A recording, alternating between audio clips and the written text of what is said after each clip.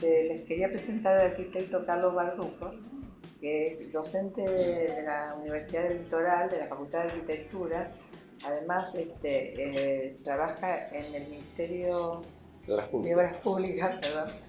Y hace algunos años comenzó un vínculo con el Colegio de Arquitectos.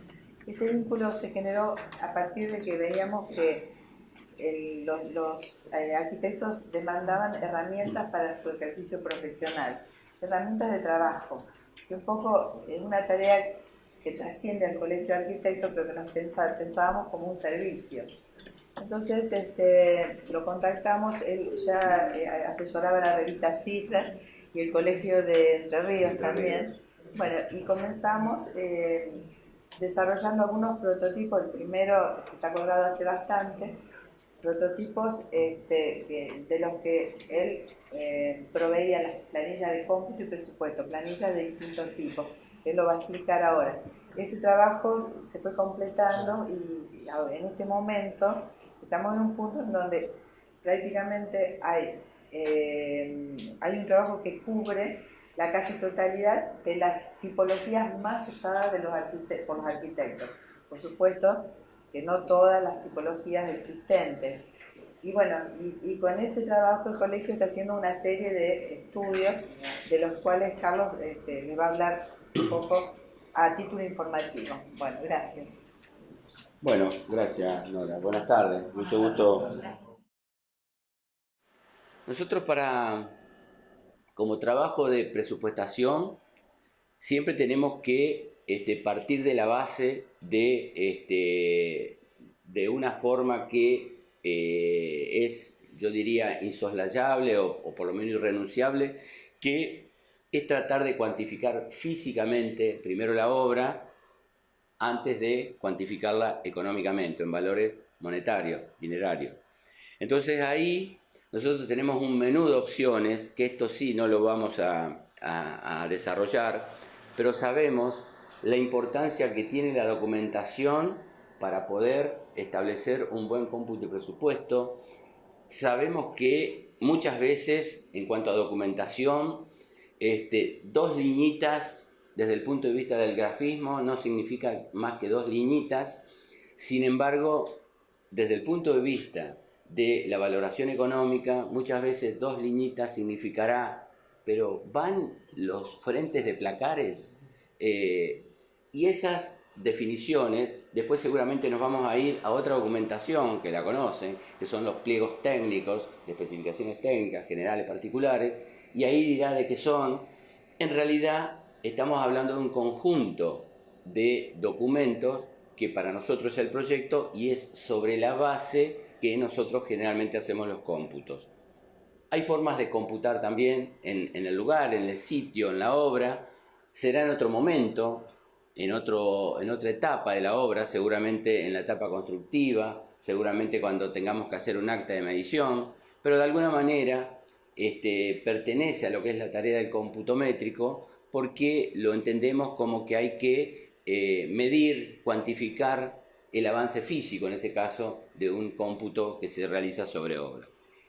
Que los métodos son diferentes. Una cosa es cuando hacemos cómputo métrico sobre plano, hacemos el cómputo métrico que conocemos como generalidad.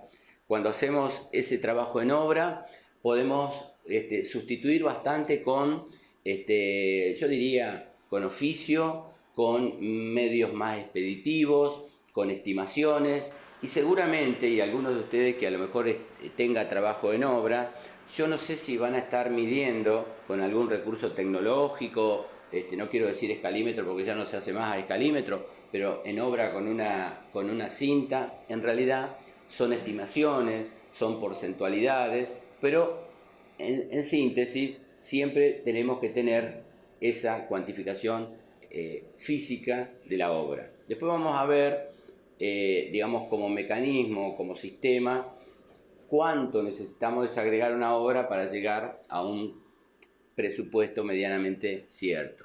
Bueno, la especificación o las especificaciones son clave.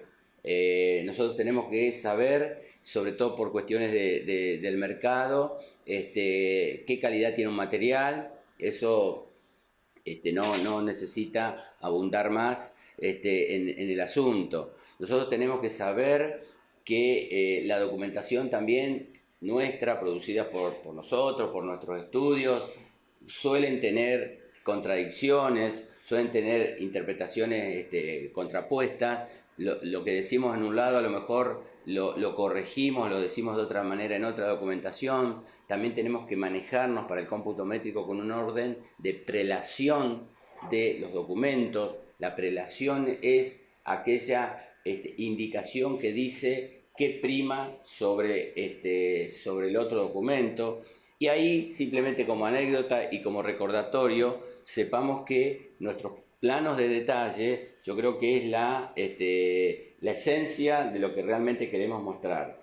Y esa, en una prelación, en un orden de prelación común y habitual, justamente prevalece sobre los planos generales. Entonces, todo esto que son un poco las bases sobre las cuales construimos, porque nosotros siempre hablamos de construir el costo y el precio, tienen que ver con todo el manejo profesional. Vuelvo a decir que no estamos agregando nada nuevo a nuestra tarea profesional. Los alcances, muchas veces, recién estuvimos en la antesala hablando con un colega, muchas veces los alcances en determinada obra pueden ser por los 2 o 3 rubros principales que tiene una obra desde el punto de vista de los costos: materiales, mano de obra y equipo, donde generalmente mano de obra y equipo se asocian como costos de ejecución, y el requerimiento es que nosotros tengamos que hacer un presupuesto solamente de mano de obra. Por ahí, en otras ocasiones, más raras posiblemente, solamente los materiales, o en otros casos también algunos rubros que deban ser incluidos u otros que deban ser excluidos. Hoy en día, con la participación activa de los comitentes, donde suelen proveer materiales de terminaciones, artefactos que generalmente tienen posibilidad y aparte es por decisión de comprarlo por separado, por ahí pueden ser elementos que se proveen, entonces no hay que tenerlo en cuenta en nuestras valoraciones. Por eso los alcances son cuestiones que hay que tenerlo perfectamente determinado.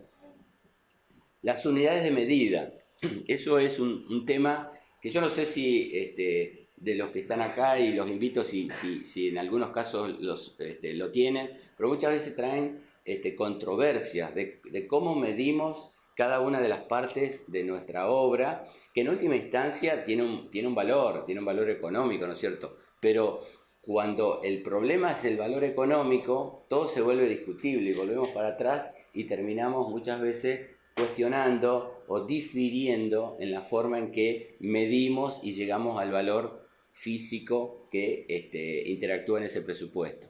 Bueno, y de las inclusiones, exclusiones que ya hablé hace un momentito.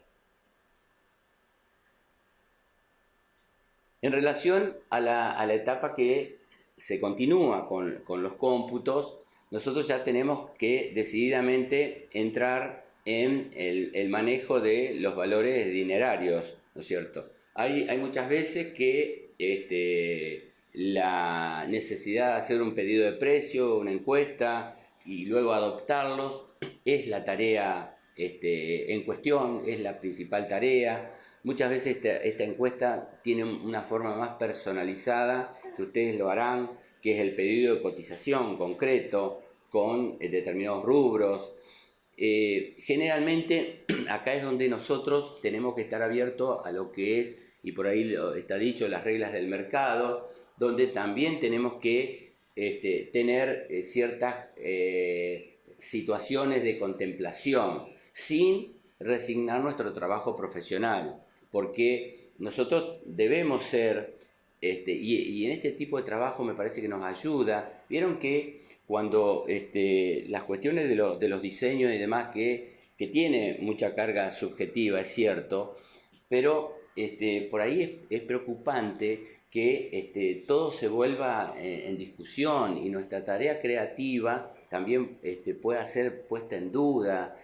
Yo creo que los comitentes obviamente que tienen sus razones o tendrán sus razones o pretenderán imponerlas, pero digamos, si hay algunos aspectos donde nuestra palabra no debiera tener mucho grado de subjetividad, porque algo debe haber, sino todo lo contrario, valores objetivos, es en estas cuestiones. Entonces nosotros acá tenemos que ser precisos, tenemos que trabajar con todas las variables que nos permitan ese tipo de situaciones. Nosotros construimos un precio, decimos cuánto es y en todo caso los defendemos. Por lo demás, hay igual elementos que recién veíamos. Los alcances, las unidades de medidas y las inclusiones y exclusiones son elementos que nosotros tenemos que tener en cuenta al elaborar estos ya a esta instancia cómputos y presupuestos.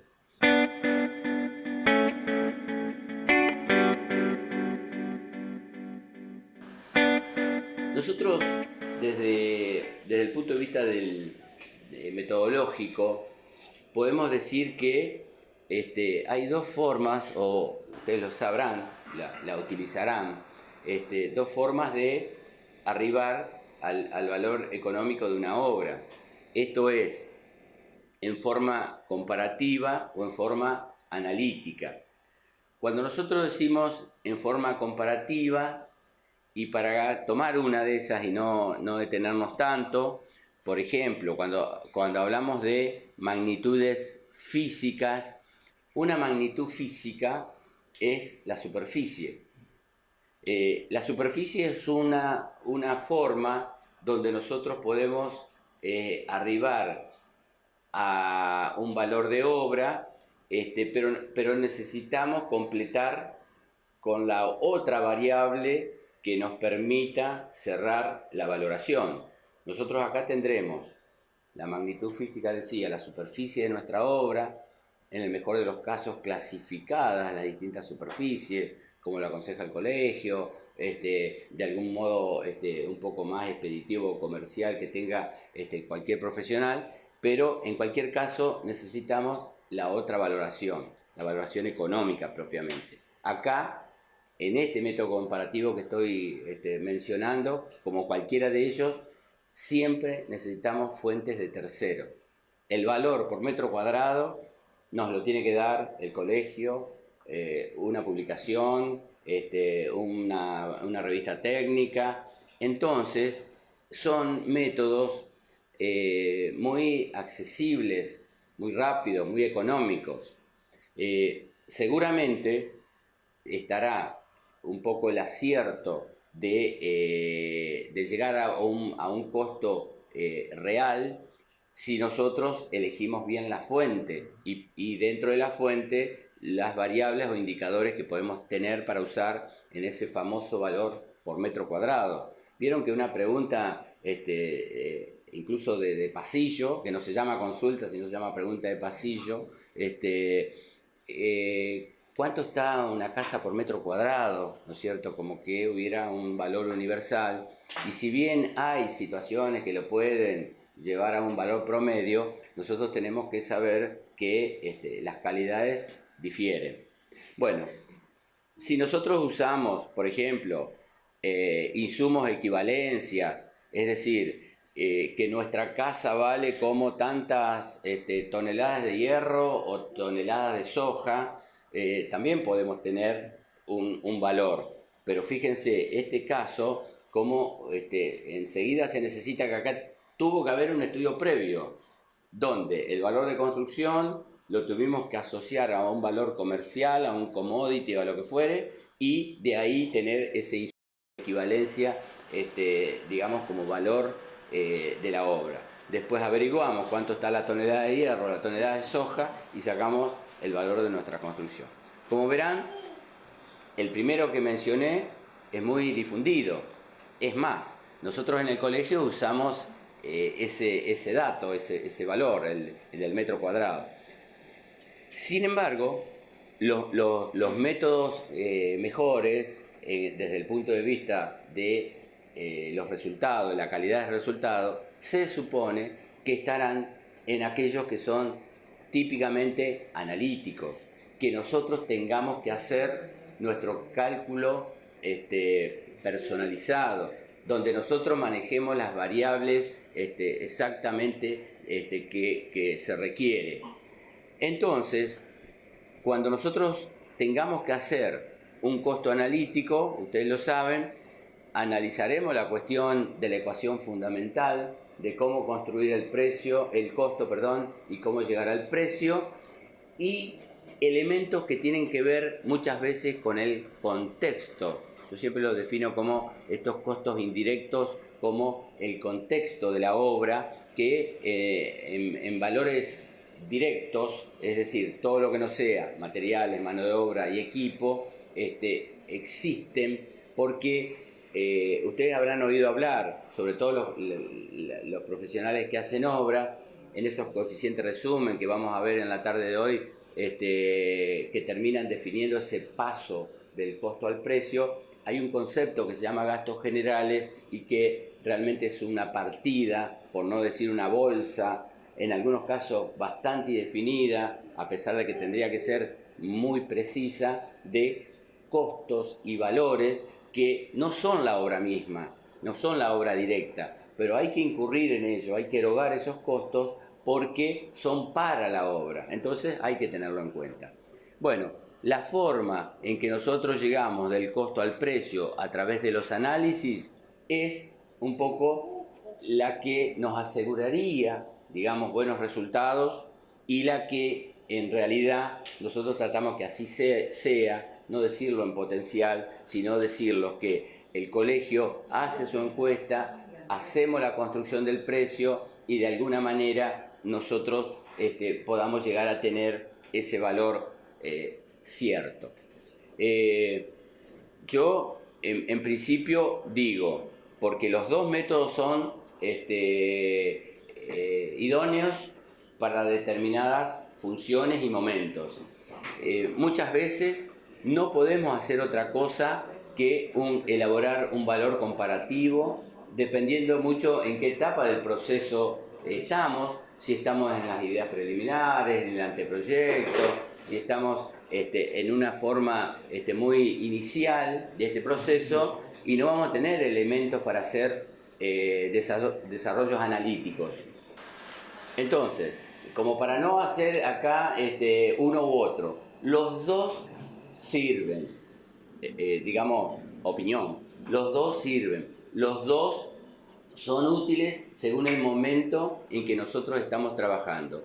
Yo hago una recomendación, tanto para uno como para otro, el éxito de ese precio confiable que pretendemos arribar por cualquiera de los métodos estará en las variables que utilizamos para llegar a ese valor.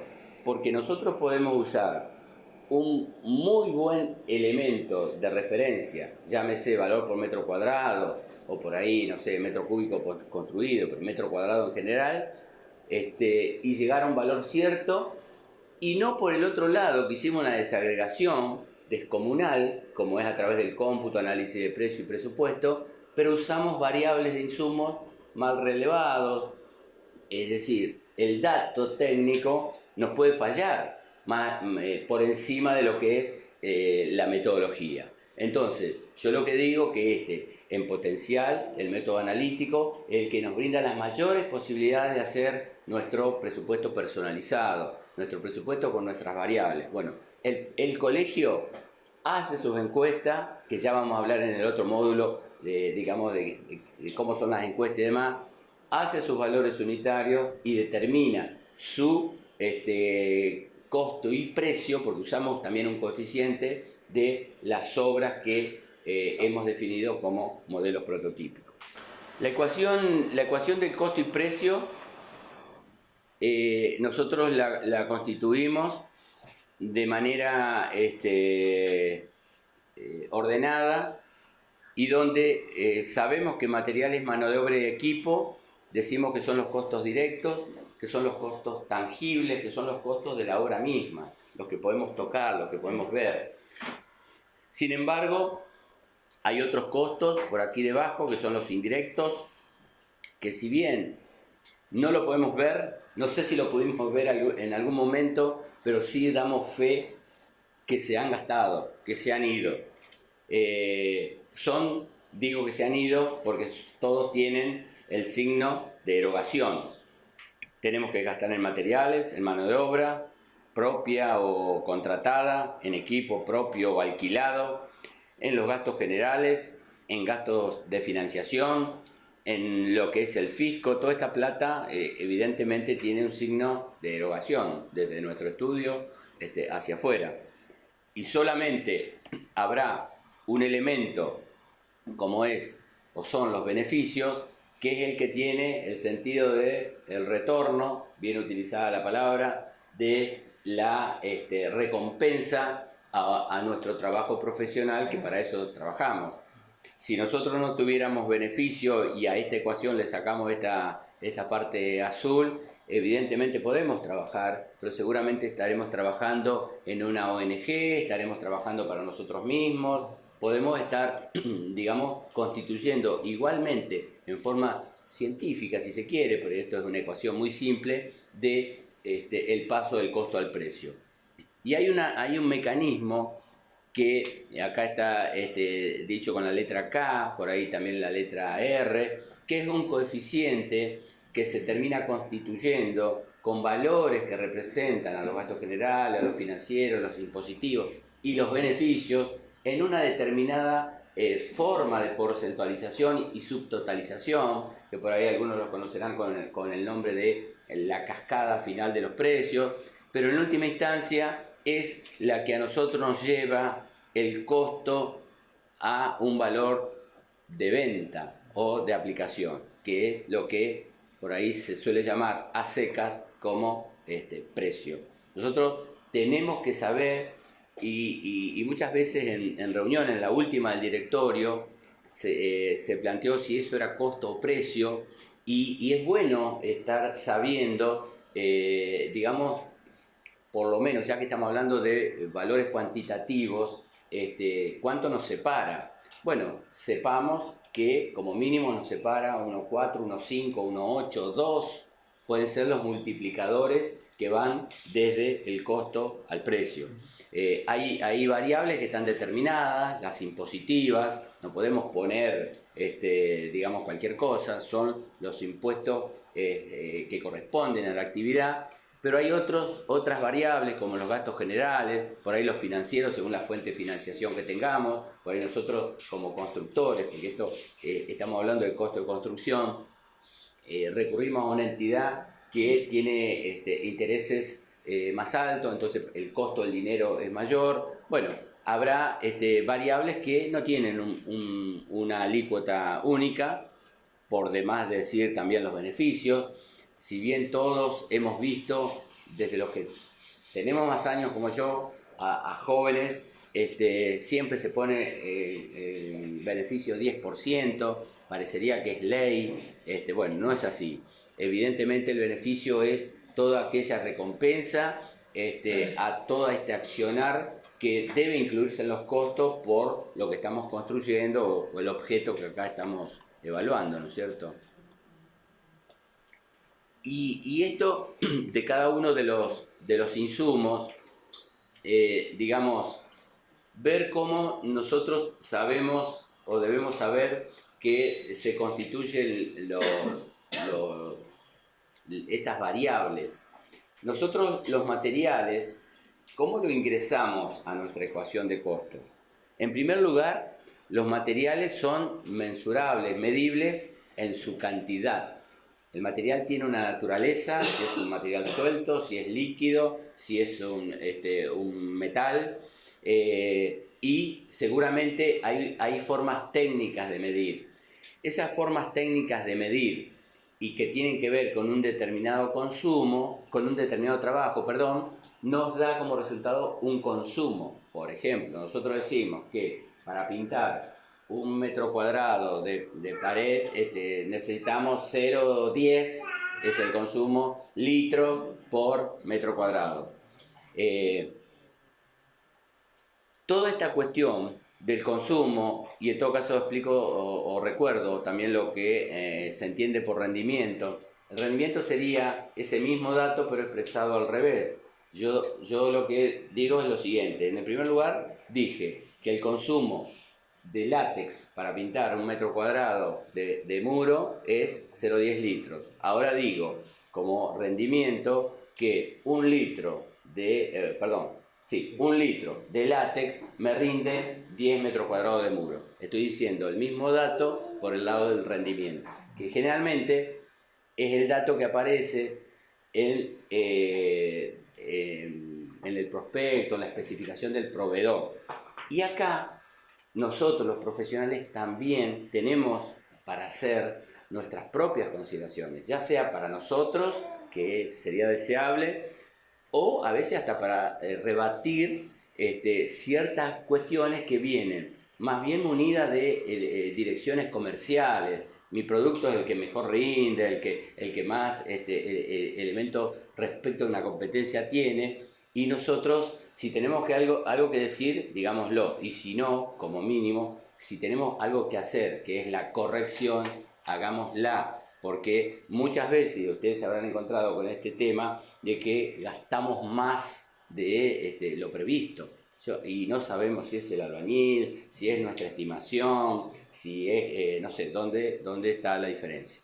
Posiblemente puede estar en el tercer concepto de los desperdicios, que tiene que ver con que los materiales tienen su desperdicio, según sea su naturaleza. Los sueltos, los áridos, seguramente tendrán más que los que vienen en cajas, en piezas, pero también los tienen. Y acá las cuestiones comerciales, las cuestiones de la mano de obra. En la medida que nosotros tengamos una mano de obra menos idónea, que fíjense, estamos hablando de materiales, pero sin embargo aparece la mano de obra, y evidentemente vamos a tener un manejo un poco más desprolijo, si se quiere, o ineficaz de los materiales, y vamos a tener más pérdidas. Nosotros tenemos también cómo mensurar. Hay materiales, hay técnicas para decir el desperdicio es el 2%, es el 5%, el 8%, hay tablas para considerar eso. Cuando nosotros nos salimos de ese tipo de referencia, bueno, ahí debe haber una luz de alerta. Bueno, entonces, los materiales se integran al costo, por un lado, con la cantidad, cuántos kilos, cuántos litros, cuántos metros cúbicos, y con un precio, con un costo, en principio con un costo, para mejor hablar. Y el costo sí tiene, digamos, desde el punto de vista de la formación del precio, varios elementos que contribuyen o que hacen a esa formación del precio. Por ejemplo, que nosotros estemos hablando de un tipo de material. Por ejemplo, si tenemos materiales, no sé, de una canasta básica estándar, o si tenemos materiales premium, o si tenemos, si lo podemos categorizar así, una canasta económica o social. ¿Por qué? Porque muchas veces los grados de comercialización producen ciertas distorsiones que ni vale la pena ponerse a analizar, pero por ejemplo doy un caso que a lo mejor para salir de nuestra especificidad. Ustedes vieron que, no sé, el gas en la garrafita social de 10 es el kilo más caro que podamos estar pagando. Es decir, se producen esas ciertas distorsiones que nosotros con distintos ejemplos, distintas situaciones, aparecen en qué material estamos posicionados. En la calidad, nosotros siempre estamos hablando de primera calidad.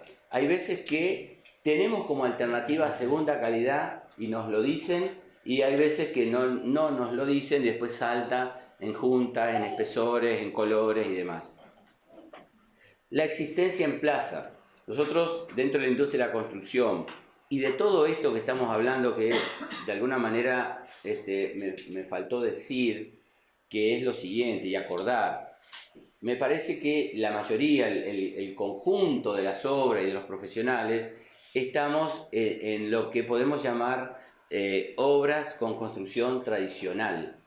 Esto es, obra con gran proporción de mano de obra, con bastante obra húmeda, es decir, más allá de que la mecanización, la introducción de nuevas tecnologías va ganando terreno, pero estamos hablando de esas obras. Entonces, para explicar la existencia en plaza de un típico material como es el ladrillo, y donde si la temporada es lluviosa, si se puede entrar, si no se puede entrar, o sea, cuestiones que muchas veces también tiene mucho tinte regional, hacen a la definición de un costo de oportunidad, de cuánto vale ese material. La cantidad que uno compra, si compra 1 litro para nuestros costos, que esto por ahí se habla mucho. Si nosotros compramos 1 litro de pintura en el ferretero de la vuelta, o compramos 4, 12 o 20 litros en una pinturería, obviamente que debiera haber diferencia, más aún si compramos por cantidades o por obra. Los fletes han cobrado desde la importancia del costo del combustible un valor importante. Hay veces que llegan a darnos precios puestos ahí y nosotros nos tenemos que encargar de hacer el traslado, y si no, tenemos que averiguar cuánto es ese valor que en todo caso nos están entregando. El plazo de entrega es otra cuestión que también se ha ido complejizando.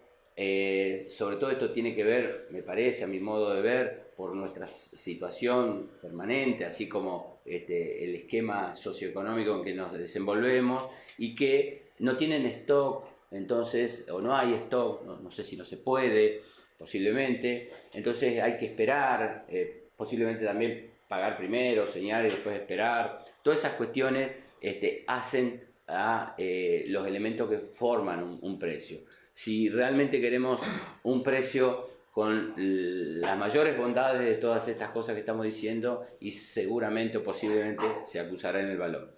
Y hay otras cuestiones que no dependen del material, que dependen de las condiciones del contexto, de la realidad que estamos viviendo, si hay financiación, si no hay, si hay pagos, si hay varias listas, y las condiciones o digamos mejoras, a veces pueden ser cosas que en disfavor, según el proveedor o el comprador. Hay veces que el proveedor, digamos, es fabricante, es intermediario y realmente nos está cargando en esa cadena de comercialización un costo que podemos decir innecesario. Hay veces que no podemos zafar de él y tenemos que comprarle sí o sí, porque si queremos ir a una fuente primaria de provisión, no lo podemos hacer.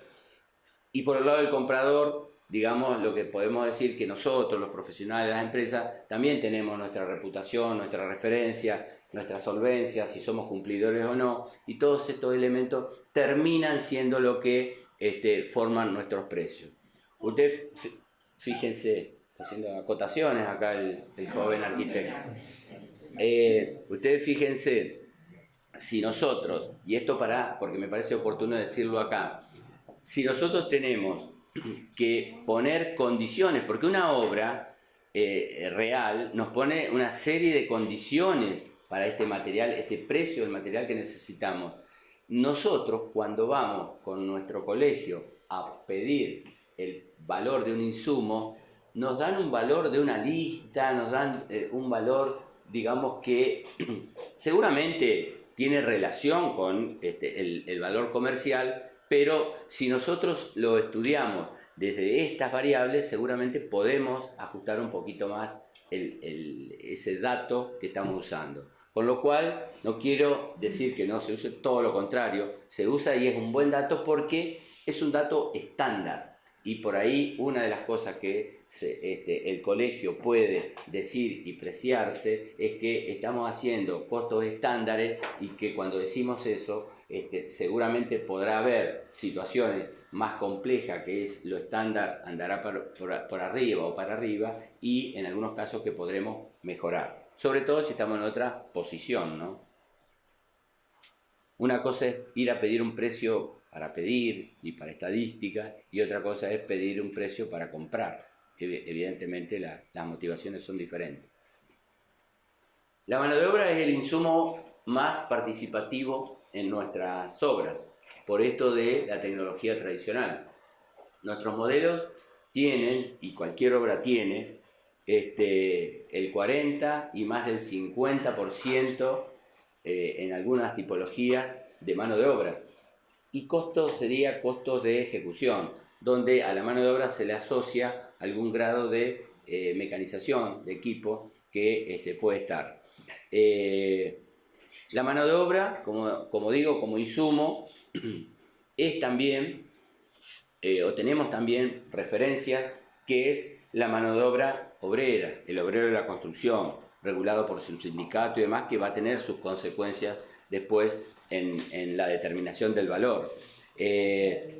Acá nosotros hablamos de la forma de integración que es la misma. Nosotros cuando lleguemos a la herramienta que es el análisis de precio, la forma de integración es similar, con una cantidad y con un costo. La cantidad, acá estamos hablando, en vez de consumo, estamos hablando de producción. ¿Cuánto produce un obrero? O el rendimiento, que también se dice rendimiento, ¿cuánto demora un obrero en producir tal o cual trabajo? Son dos formas de plantear una ecuación que en realidad tiene un dato numérico. 8 horas por metro cúbico para mamposterías comunes, oficial, y 8 horas 50 ayudantes, por decir un valor. Esos son datos que tienen que ver con la producción. Nosotros acá hablamos o queremos hablar siempre de los tiempos estándar. También podemos decir que estos tiempos estándar son, en otro léxico o terminología, de manual, con lo cual estamos hablando, recién hacía referencia a los precios, puede haber valores que dependiendo de ciertos controles o cierta antigüedad en nuestras obras podamos tener mejores posibilidades de a los estándares mejorarlos, pero podemos también tener obras con desatenciones, con situaciones particulares que no tengan que ver con actuaciones profesionales o irresponsabilidades, sino por cuestiones objetivas que suceden, y los tiempos se nos caen de los valores habituales.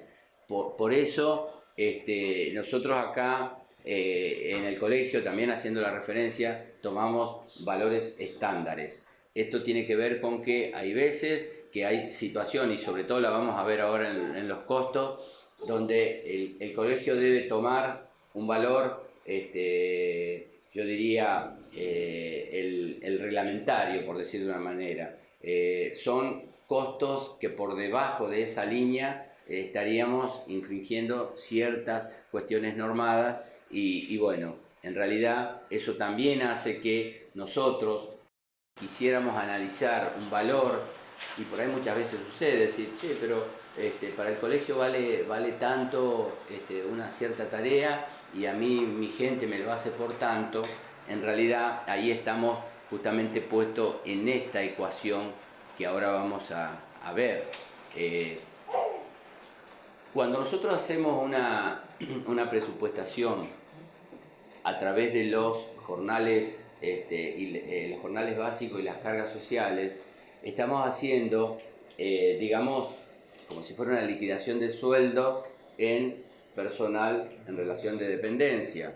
Nosotros tenemos que pagar un mínimo establecido por convenio laboral. Este convenio laboral que determina el jornal básico lo hace el sindicato representativo de estos obreros, que es la UOCRA, y que la UOCRA establece como para cualquier trabajador, este año todavía no lo ha hecho, pero se estima ahora para abril-mayo, ajustes en la retribución, como cualquier trabajador.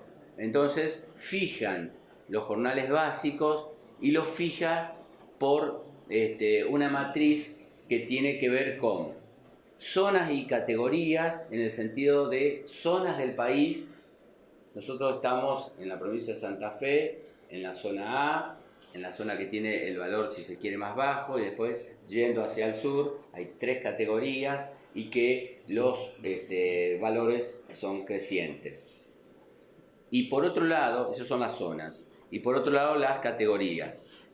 Las categorías tienen que ver con la idoneidad de la mano de obra. ¿Qué es lo que sabe hacer?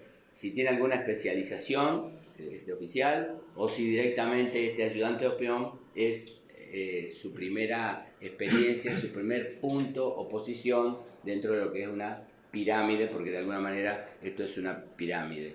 Cada uno de estos valores obviamente son diferentes. Y por otro lado, al valor de los de jornales básicos hay que incluirle las cargas sociales. Las cargas sociales que tienen, por ahí después vamos a ver una planillita, una serie de conceptos, pero que en realidad son cuestiones que parte de esas cargas sociales van a engrosar el jornal básico y a parar, en todo caso, al bolsillo real y constante cada quincena o cada mes, y hay otras que no, pero que van a destinos donde se prevén ciertas circunstancias sociales, vamos a decirlo así, del trabajador como persona humana, que se enferma, que tiene hijos, que tiene accidentes, que tiene fallecimientos, es decir, sucede eso. Lo que podemos decir en una síntesis de este desarrollo es que las cargas sociales están en el orden del 120%. ¿Qué quiere decir? Que si los jornales básicos se determinan en un valor por categoría y por zona, para obtener el precio de aplicación o el valor de aplicación de la mano de obra, lo tenemos que multiplicar por 2,2, es decir, agregarle ese 120%. Es un tema importante porque acá yo recién definía un modo de contratar que por ahí son formas diferentes. Cuando una persona, un empleado, está absolutamente en carácter de tal, no puede haber otra forma que no sea absolutamente respetando todas las leyes y las pagas que correspondan. Por eso, por ahí podrá alegarse en esa supuesta hipotética comparación que yo decía, que pero este valor es muy alto, o esto incluye o no incluye tal cosa. Evidentemente, tenemos que saber que hay que comparar los comparables.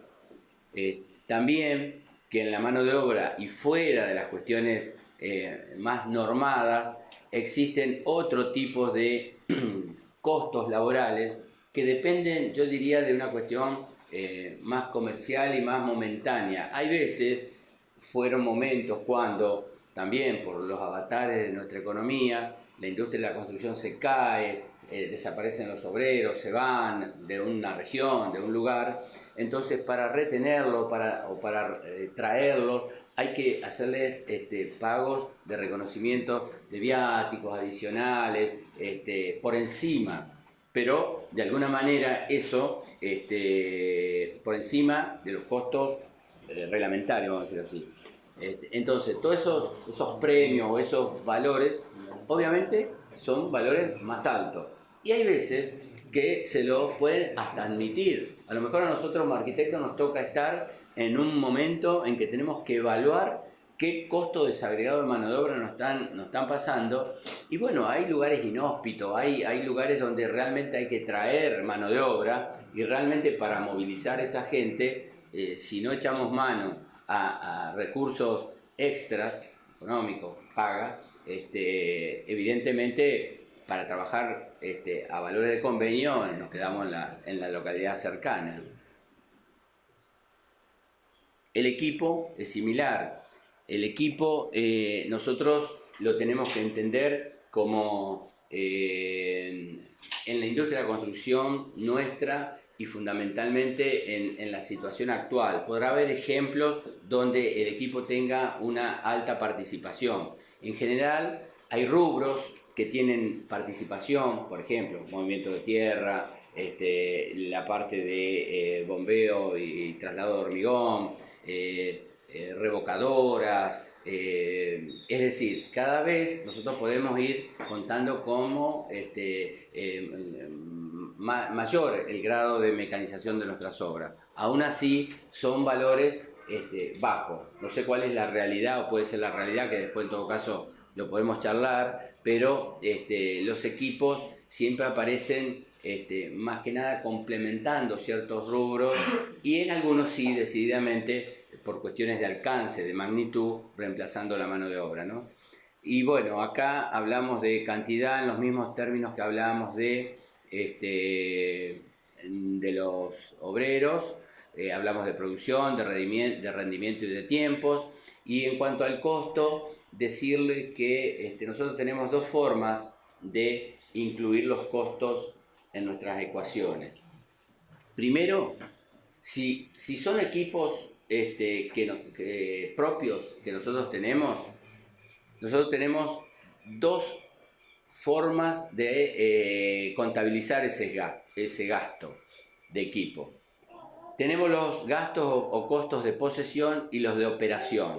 Estas dos instancias se dan con equipo propio, repito.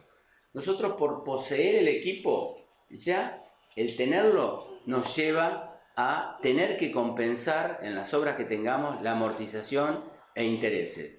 Nosotros tenemos amortización e intereses, nosotros tenemos un capital derivado, compramos un equipo, lo tenemos aplicado a la construcción y lo tenemos que amortizar en el tiempo, o sea, lo tenemos que ir cobrando. Entonces, ese valor ya de tenerlo sin estar usándolo, porque fíjense que el segundo es de operación, ya de uso del equipo. Entonces, el poseerlo nomás ya nos está originando esa desvaloración o descapitalización, que si nosotros nos vamos pensando en esa amortización, de ir poniendo ese valor, esa alícuota, para que cuando llegue la obsolescencia o su agotamiento lo podamos renovar, evidentemente estamos dejando de cobrar una parte de lo que nosotros ponemos al servicio de la construcción. Lo mismo que la obligación de constituir seguros o pagar patente para todo equipo que compremos. Esos costos van de suyo nomás con la compra, con la posesión. Ahora, si además el equipo tiene que funcionar como que tiene que trabajar, nosotros incurrimos en combustibles y lubricantes, en reparaciones y repuestos y en personal que lo maneje. Entonces, en realidad, el estudio del equipo es una ecuación en sí misma que nos va llevando a estas valoraciones. Qué sé yo, por ejemplo, los consumos, ustedes tendrán contabilizado, digamos, todo lo que es el trabajo de cargar y ver la producción de gasoil o de las reparaciones. Nuestro equipo es nuevo, tiene reparación tirando a cero, o todo lo contrario, nuestros equipos son viejos y tienen mucha reparación. Entonces, todo esto requiere de un estudio en sí mismo. Pero la otra forma que nosotros tenemos de incorporar equipos es esta que está aquí abajo, y que es con equipo externo, con equipos que nosotros alquilamos el equipo para ponerle a una persona a trabajar, a producir, o que contratamos o subcontratamos, para mejor decir. Es decir, traemos a alguien con la máquina para que nos haga el movimiento de suelo previo de un terreno. Entonces, en ambos casos, todos estos costos del equipo estarán a cargo de su propietario, pero seguramente nosotros vamos a estar pagando en ese alquiler o en esa subcontratación de la producción de una parte de la obra de estos valores, porque son valores que muchas veces pueden ser significativos. Acá veíamos los gastos generales. Fíjense ustedes, los gastos generales que nosotros decimos, los gastos generales son un 10%, son un 15%, y aparece como en forma, digamos así, como mágica, una valoración. En realidad, lo que corresponde es hacer un costo desagregado. Ustedes deben valorar de la forma que lo piensa la teoría, que es lo siguiente. Hay gastos generales que dependen del plazo de obra. O sea, lo que significa abrir la obra en términos de negocio, abrir entre comillas, abrir la obra cada día tiene su valoración, porque nosotros tenemos toda una serie de gastos que no son, por ejemplo, el personal de obra, el primer rubro, no vamos a entrar en detalle, pero el primero, personal de obra. Nosotros en la ecuación anterior estuvimos reconociendo el costo directo, el costo neto, que es, digamos, esa pared, ese muro, ese revoque, pero no el jefe de obra, en todo caso los capataces, la camioneta que usó, las comunicaciones que se sirvió, la sede central que lo proveyó de ciertas cuestiones. Bueno, todo esto, que son una pequeñísima lista, es todo lo que debe incorporar un costo o gasto general. Entonces, el personal de obra, en términos de jefes de obra, jefe de una oficina de proyecto de obra que muchas veces pueden estar, y lo hay, sobre todo en obras públicas, donde hay un arquitecto, donde todo eso es por el plazo de obra. Entonces, por eso yo digo que hay trabajos, hay tareas, y son muy costosas, que dependen de los plazos de obra. Por eso también, acá podemos cerrar otra cuestión que es sabida, que los tiempos prorrogados de obras no son gratuitos, tienen su costo. Sobre todo los costos estos reales, que son los gastos generales, porque se extiende más días de ir a abrir la obra, pero también los otros, las variaciones de costo. Nosotros nos demoramos 3 meses y cambian todas estas variables, y realmente ahí aparece otra problemática que vamos a tratar de verla en esta partecita primera. Entonces, nosotros acá, los gastos generales, conviene, lo leo solamente, personal de obra, viajes y alquileres, gastos de obrador, comodidades para la inspección. Hay veces que a la inspección en obra pública hay que proveerle una oficina equipada con aire acondicionado, con equipos informáticos, etcétera, muebles, que si bien dirá el pliego que cuando termina la obra serán restituidos, pero tiene su costo, tiene su amortización, casi su total valor, porque después tienen un valor residual muy menor. Entonces hay que tenerlo en cuenta. Los vehículos, las garantías, los seguros, la ingeniería, etc. Hay una serie de gastos que realmente son generales por su naturaleza, pero son perfectamente cuantificables, y es recomendable hacerlo. De los gastos financieros que hoy veíamos también en esa ecuación de indirectos, son los gastos de financiación. Nosotros, el principal, que ahí está en chiquito, no sé si lo alcanzan a ver, dice capital de trabajo. Generalmente cuando hablamos de costo de construcción, hablamos en estos términos. Nosotros llegamos hasta un punto en que la construcción comienza y empieza un sistema, habrá alguno, de medición, certificación y pago. Entre la medición y certificación y el pago suelen pasar más de 30 y a veces 60 días en ciertas obras públicas y privadas también. Por lo tanto, nosotros vamos a tener que producir todo el primer mes y seguramente el segundo o parte del segundo, hasta empezar a recibir, digamos, paga por ese contrato, a menos que hayamos tenido algún anticipo financiero, que es una cuestión que últimamente se está dando mucho por esta cuestión de ir al encuentro, a la neutralización de gastos de financiación, o por ahí porque las empresas suelen no tener espalda, como se dice, para afrontar ese gasto. Porque si no, ese capital de trabajo es el capital que hay que trabajar para después empezar a reembolsar en la medida que nos empiece a ingresar dinero por certificación.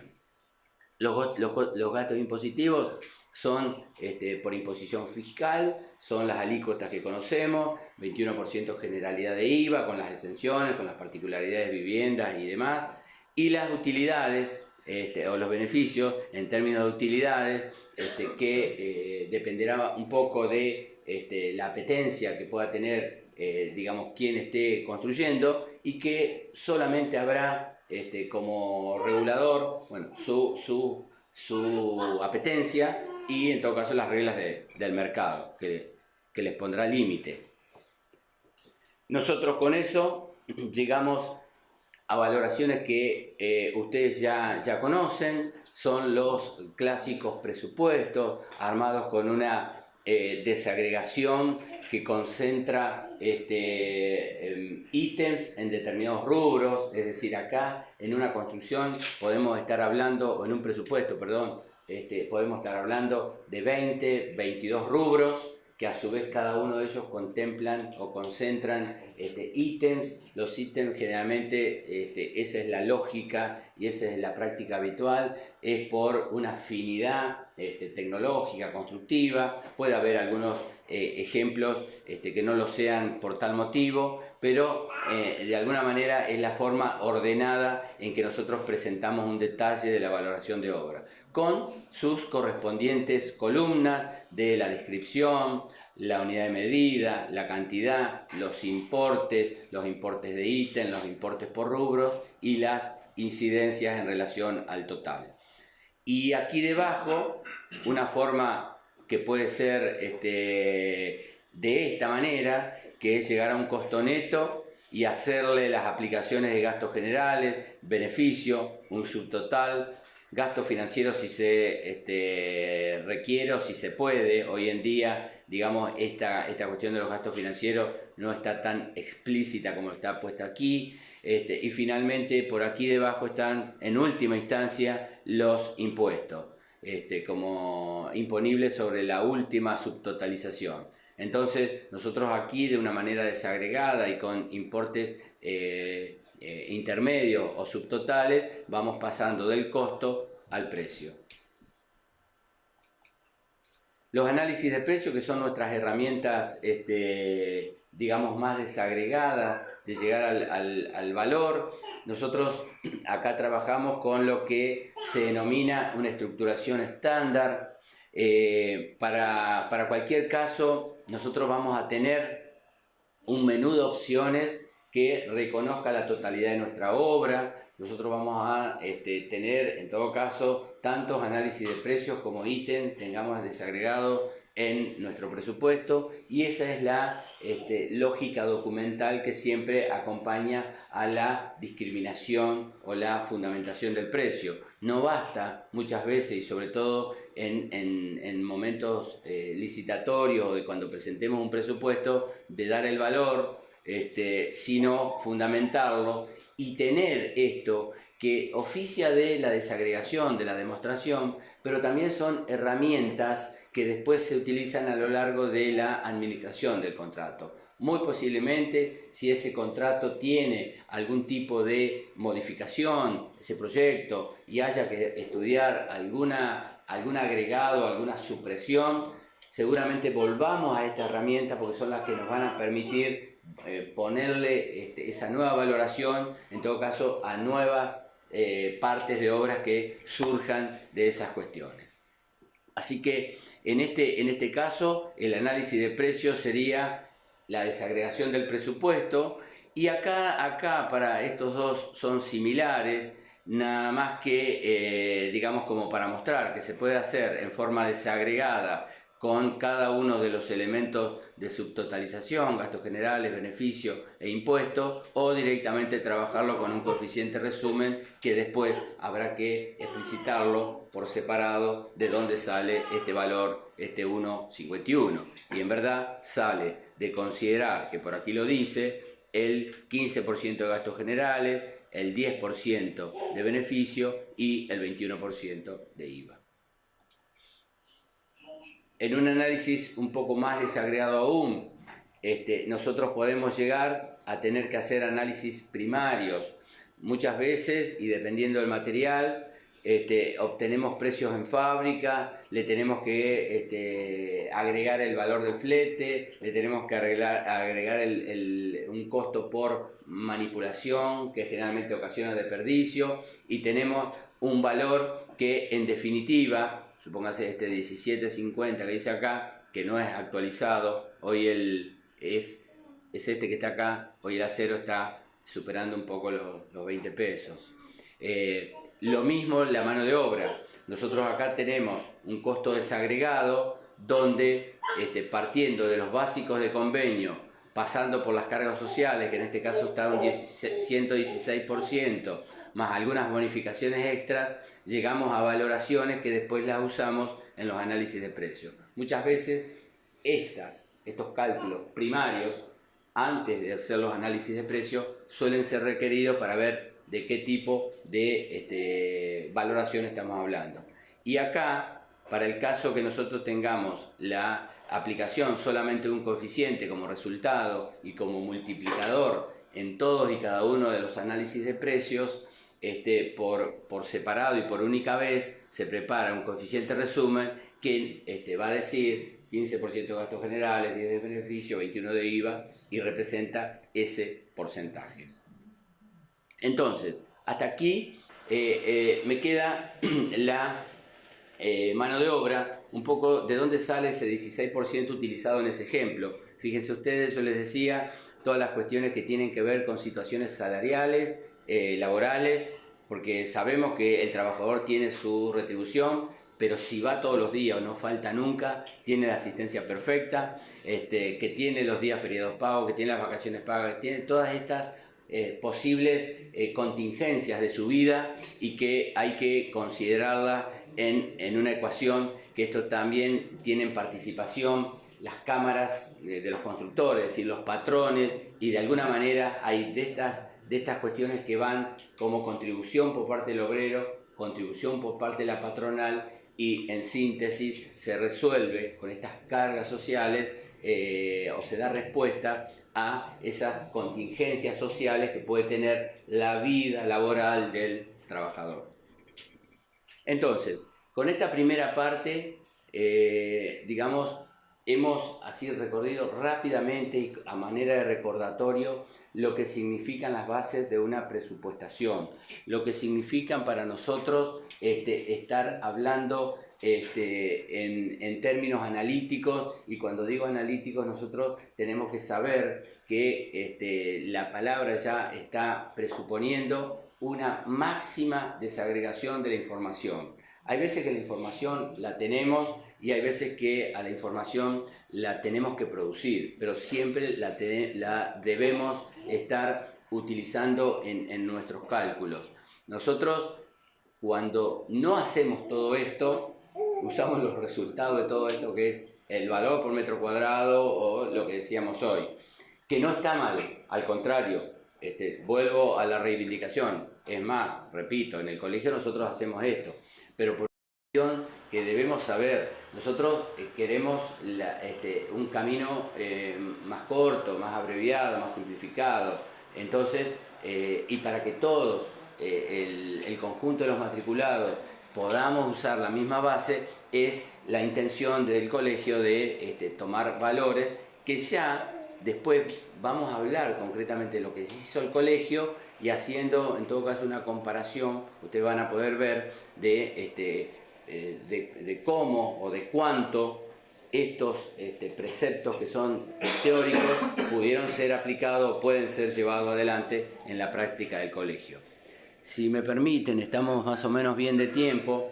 En esta primera parte también vamos a ver una segunda cuestión que tiene relación con los costos. Yo les decía recién que una vez que terminamos con toda esta parafernalia de números y demás para determinar un costo, tenemos que atender a otra situación, que es el dinamismo, porque si nosotros pudimos hacer lo que dijimos recién, lo que hemos arribado es a un costo estático, a un costo seguramente a un momento, al mes de tal o al día 25 de abril de 2017 o al mes de abril de 2017. Cuando nosotros tenemos costos constituidos y tenemos elementos que son dinámicos, como una obra, la construcción no es una transacción comercial como otras, donde en este momento llegamos al valor, hacemos la expresión tome y traiga y termina. Nuestra situación como profesionales, digo, en el lugar que nos corresponda ocupar, se va a trasladar por todo el periodo de la obra, porque justamente estamos hablando de los costos de construcción. Bueno, yo digo, es muchas veces tan importante la determinación de ese valor inicial como la posibilidad de tener herramientas que nos permita tener una actualización permanente o periódica o a tal fecha de esos valores constituidos. Y haciendo también un repaso rápido para que después caigamos en cómo abordó el colegio, nosotros decimos que hay tres métodos así puros o sencillos, si quieren llamarlo, para medir las variaciones de costo, porque esa es la cuestión, ¿cómo las medimos? Porque todos sabemos que las cosas varían, que nosotros tenemos a menudo escenarios inflacionarios, un poco más severos, otros poco más atenuados, pero tenemos escenarios inflacionarios. Entonces tenemos que atender esta cuestión. Los métodos puros, les decía, son tres, y que estos tres, ya después hablo del otro, estos tres refieren a tres construcciones técnicas que, por ejemplo, empezando de atrás para adelante, la número 3 es el análisis de precio. Nosotros hemos visto cómo constituimos el costo de construcción, el costo inicial, a través del análisis de precio. Pues el primero, está puesto acá tercero por una cuestión de variables, el primero que tenemos a mano es el análisis de precio para decir cuánto vale nuestra obra dentro de 3 meses o transcurrido 3 meses, para hablar en tiempo presente, o el periodo que corresponda. ¿Qué hay que hacer? Hay que hacer los mismos análisis de precio. Si tenemos que tener una actualización todos los meses hay que hacer los análisis de precio. Todos los meses hay que hacer las desagregaciones. Todos los meses hay que hacer la actualización de todas esas variables que ustedes vieron, que no son pocas. Entonces, es una tarea que ya la hemos visto, valorado, es una buena herramienta. No tendríamos que tener sorpresas. Ya tenemos un camino. Tiene sus problemáticas y ya la vamos a ver comparativamente. En el otro extremo, y acá sí retomo, tenemos el mecanismo o la metodología, el método de índices. Nosotros ahí, ¿con qué variables vamos a ajustar nuestros valores? Con un índice, con un número, con un indicador, que ¿de dónde sale? De una fuente, de terceros. Nos lo proveerá el INDEC, que es una fuente pública, un organismo público, la Cámara de la Construcción, que es un organismo, una cámara de los constructores privados, alguna revista técnica, alguna universidad, pero de alguna manera tenemos un valor, tenemos un número. Es, desde el punto de vista técnico, operativo, mejor dicho, es muy accesible. Buscamos dos valores de relación y resolvemos la cuestión. Evidentemente, por ser simple y como contrapartida, tiene la particularidad de que es muy genérico, por ser único, seguramente va a ser homogeneizador en su actualización. Vamos a decir que la obra aumentó el 18,4% en un periodo, por decir un número, y realmente no nos va a permitir saber en verdad cuánto aumentó cada parte. Nosotros ya en determinado tipo de administraciones necesitamos saber cuánto aumentó el hormigón, las instalaciones y demás por separado. Es decir, tiene por contrapartida inconvenientes técnicos.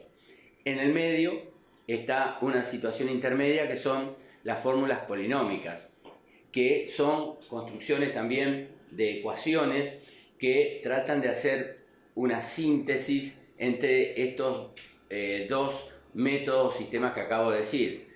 Una fórmula polinómica, por ejemplo, para reajustar un rubro, vamos a suponer el hormigón armado, no va a tener la cantidad de insumos que tiene un análisis de precio, pero va a ser bastante más superador de tener un solo indicador, y muy posiblemente una fórmula polinómica de un rubro o de un conjunto de rubros se va a conformar con un número intermedio de indicadores. Con lo cual, por eso yo decía, están puestas en orden al uso de variables. Y el uso de variables es importantísima. Nosotros, ahora se los voy a comentar en los cuadros que veamos en la segunda parte en el colegio, estamos relevando como 200 insumos, que a su vez los proveedores nos pasan mucho más. Nosotros de todos esos seleccionamos 200, una canasta de 200. 200 es para hacer análisis de precio.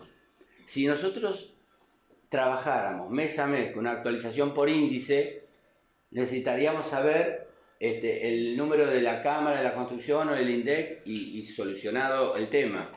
Ahora, si construyéramos por el lado de las fórmulas polinómicas, posiblemente necesitemos tener, no sé, me atrevo a decir, 40 insumos que van a ser realmente representativos en fórmulas polinómicas debidamente compuestas o elaboradas de modo tal que representen el costo cierto, con una representatividad probada. Nosotros en un análisis de precio, vamos a suponer, cuando estamos viendo revoques, seguramente vamos a tener en revoques tradicionales, cemento, arena, cal, hidrófugo, si es un revoque con características de hidraulicidad, y a lo mejor son 4, más la mano de obra, más el equipo que pueda haber. A lo mejor con un aglomerante, que puede ser la cal o el cemento, seguramente el hidrófugo no va a aparecer, es como que en términos automovilísticos no mueve la aguja, y la arena, que tiene una representatividad, seguramente va a estar presente en una baja proporción, pero nos va quitando en cada construcción elementos que hacen a una mayor cantidad de variables a mover cada mes si tenemos que actualizar los precios. Por eso, una cosa es pedir, sí, ahí te doy, una cosa es pedir 200 precios y que nos lo den como puedan, que verdaderamente pasa así, y otra cosa es decirle, nosotros te vamos a pedir 40 precios, pero por favor que sean buenos precios, que sean buenas herramientas, buen material.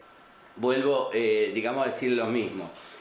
Hay este cuadrito, hay una serie de ponderaciones, que uno es más fácil, más accesible, más cómodo, más rápido, pero bueno, estas construcciones, las fórmulas polinómicas son como una síntesis de los análisis de precios, tienen una probada eficacia y no en vano la han recogido, la han adoptado los mecanismos de redeterminación de precios oficiales, tanto la Obra Pública Nacional, con el 1295, el decreto del Poder Ejecutivo Nacional, tanto como el 691, como la ley provincial de la provincia de Santa Fe, la ley 12046, recoge este formulismo técnico, que son las fórmulas polinómicas, para establecer ahí la base de negociación.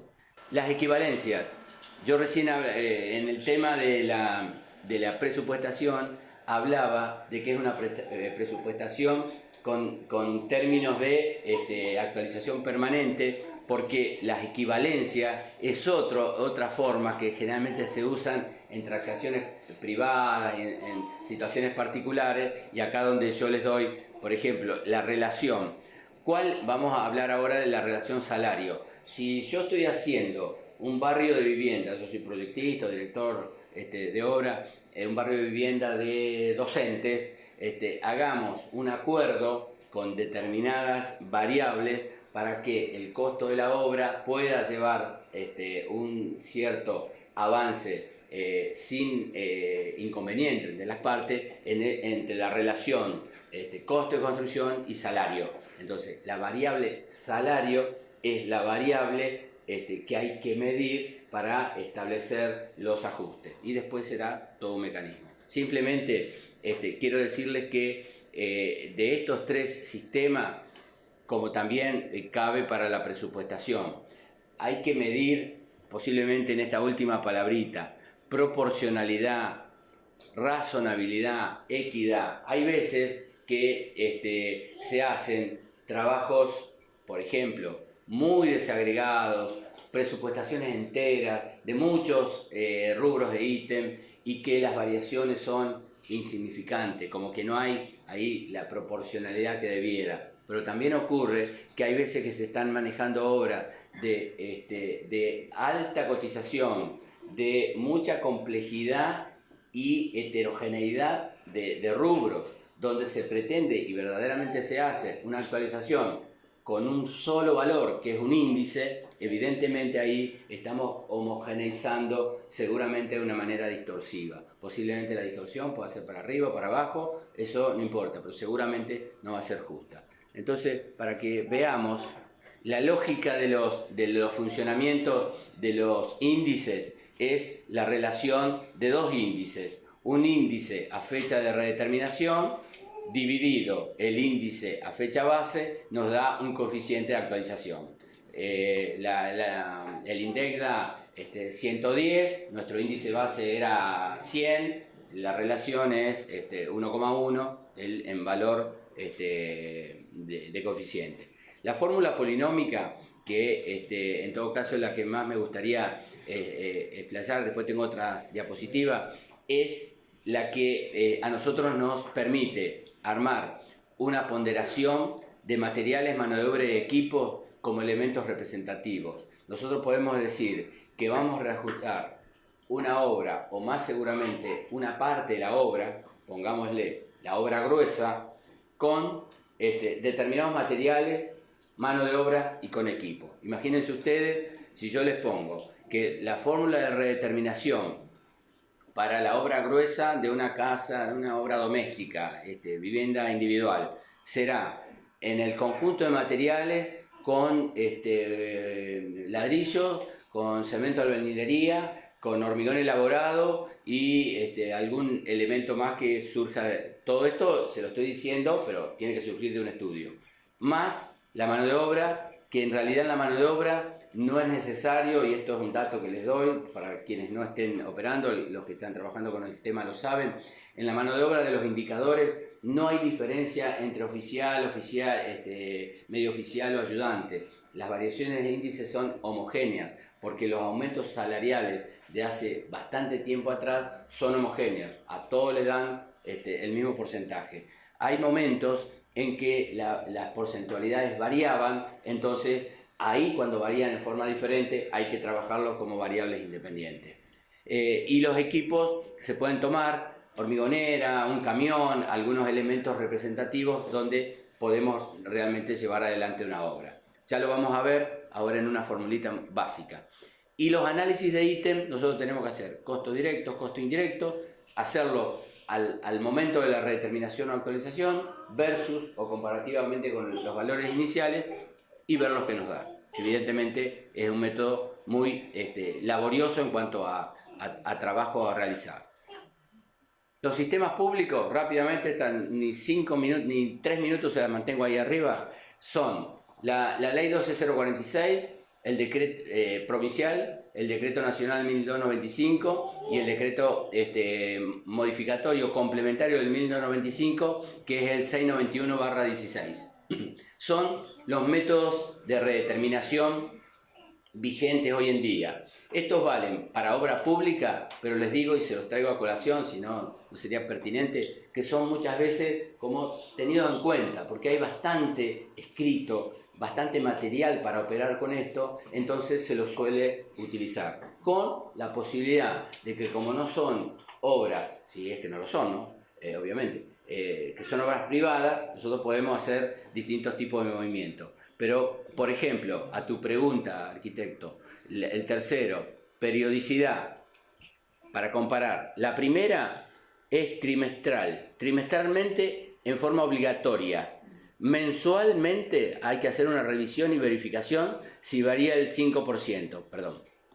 ¿Qué quiere decir? Que vos tenés que redeterminar la obra cada 3 meses sí o sí, pero tenés que verificar cada mes, porque a lo mejor al primer mes, y generalmente eso ocurre cuando hay un aumento de la mano de obra, que pega un salto, supera el 5% y corresponde a la redeterminación ahí. No hay que esperar 3 meses. Y ahí, a partir de ahí, rompes la periodicidad y volvés cada 3 meses, pero controlando mes a mes. El otro sistema, el sistema del decreto nacional, te dice que cuando se verifica una variación del 10%, es decir, fíjense, a ojos vistas, así comparativamente, la ley provincial era bastante más flexible o leonina para el constructor, vamos a decirlo así, como que reconocía más rápido la variación. ¿Por qué? Porque esta hay que esperar el 10%, que supere el 10%.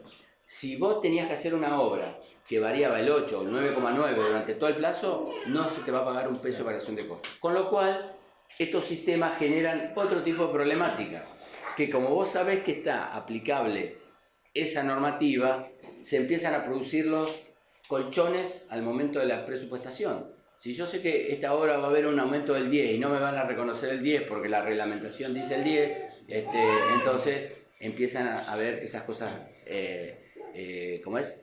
En reflejo, como compensatoria entre comillas. Y el 691, ¿qué vino a hacer? Vino a bajar ese porcentaje al 5. O sea, lo asimiló bastante al régimen provincial, que siempre se lo vio. Nosotros en la provincia de Santa Fe tuvimos la oportunidad de compararlo, porque como provincia teníamos esa ley y como nación bajaba el otro y siempre era muy dable de comparar. Así que eso es simplemente para dar un solo aspecto. Después tiene muchas otras que ustedes lo van a poder leer después en la documental. El sistema de índices es muy conocido. Nosotros tenemos que el INDEC o la Cámara de la Construcción nos emite índice por materiales, índice por mano de obra e índice general. Lo mismo la Cámara de la Construcción.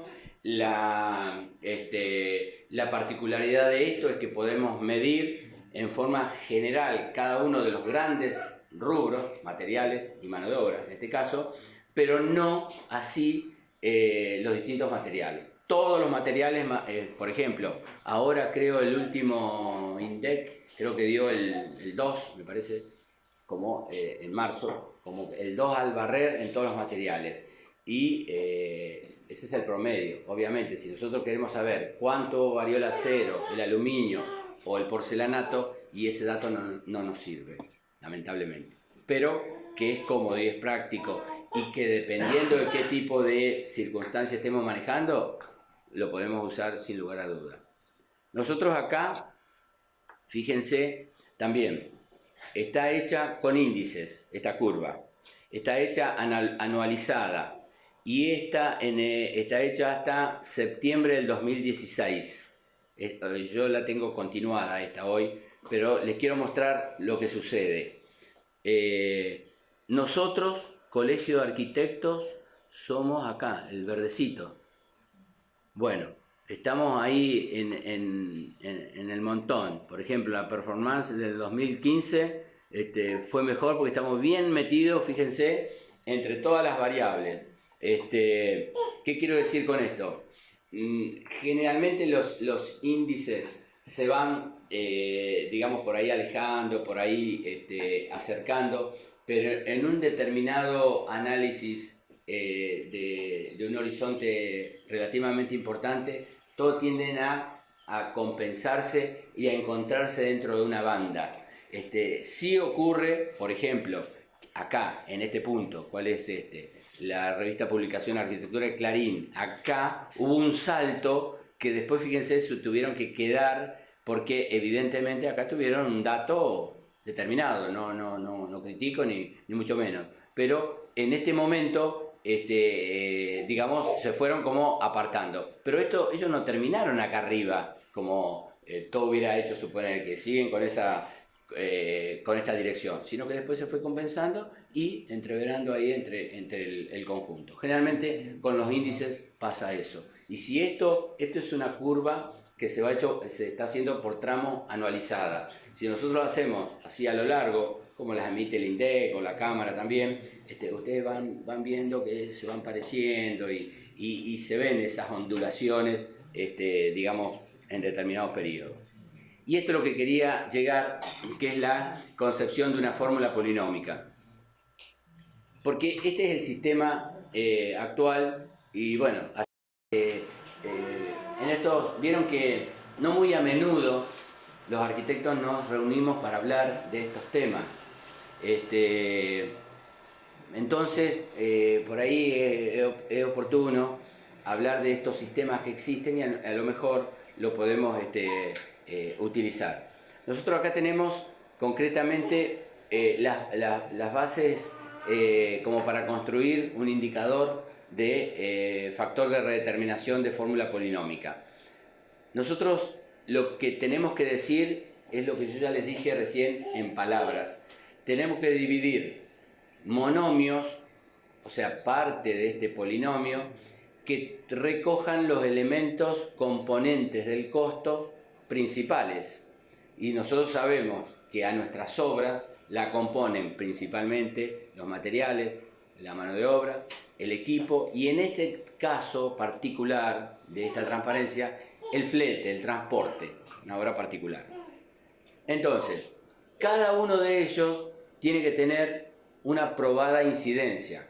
Cuando decimos probada incidencia, tenemos que hacer análisis a través del presupuesto. El presupuesto lo tenemos que desagregar en análisis de precio y llegar al insumo y ver realmente qué insumo es el más o son los más importantes de este 50% de material. Porque acá estamos diciendo que hay un 50% de materiales, un 40% de mano de obra, un 5% de equipo y un 5% de transporte. Ahora bien, los materiales se miden individualmente. Los materiales identifiquemos como igual insumos. Entonces acá tenemos acero, hormigón, aluminio, cristales, podemos tener esos elementos.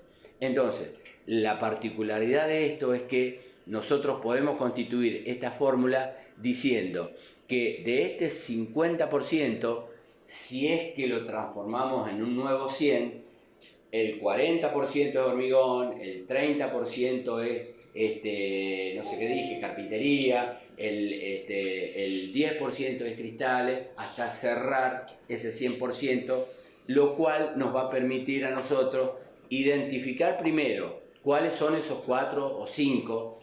Una fórmula polinómica tiene que tener ese criterio de abreviación, de hacer una ecuación más sintética, porque si no lo hacemos, nos estamos acercando mucho o no nos estamos diferenciando mucho del análisis de precio. Entonces, uno de los objetivos es trabajar con menos insumos, pero igualmente representativos.